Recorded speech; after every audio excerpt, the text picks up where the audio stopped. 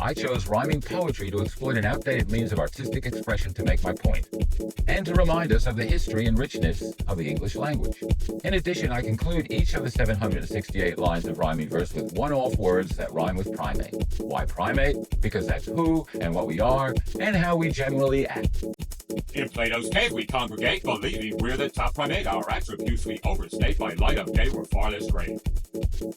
Airheads like to uncomplicate, our brain mass we choose to deflate, elated to decerebrate, delighted to decorticate. We've no need to sophisticate, we're happy with our heads have state. From branch to branch we brachiate, and treat life like a gale of fate. The media all syndicate, in hopes ratings will triplicate. Hyperboles we circulate, reality we underrate. Truth at times we annihilate, in-depth news we abbreviate. Complex facts we adulterate, and skewed views we disseminate. On gossip we exuberate, paparazzi we remunerate. Remarks we can substantiate, bring libel suits to litigate. Our minds we tend to passivate, with partial news we corroborate what we choose to communicate to friends with whom we ideate. For hours we can vegetate, in front of screens our eyes dilate, gulp down beers we refrigerate, then to the loo to micturate. With TV sport we recreate, when our team scores we much elate, but should it lose we fulminate, so much we hyperventilate. Like breaking news will indicate, infernos that incinerate, hot lava flows that granulate, skyscrapers that disintegrate. The internet's some place to escape, this labyrinth can fascinate. A billion sites concatenate, while trying to dissimulate. For 6 sites we can deviate, watch all and sundry copulate. In skin flick say is flagellate, or on a face expectorate. Use sites where porn stars personate, perform sex acts that consternate. Contortions that necessitate, a Kama Sutra to translate.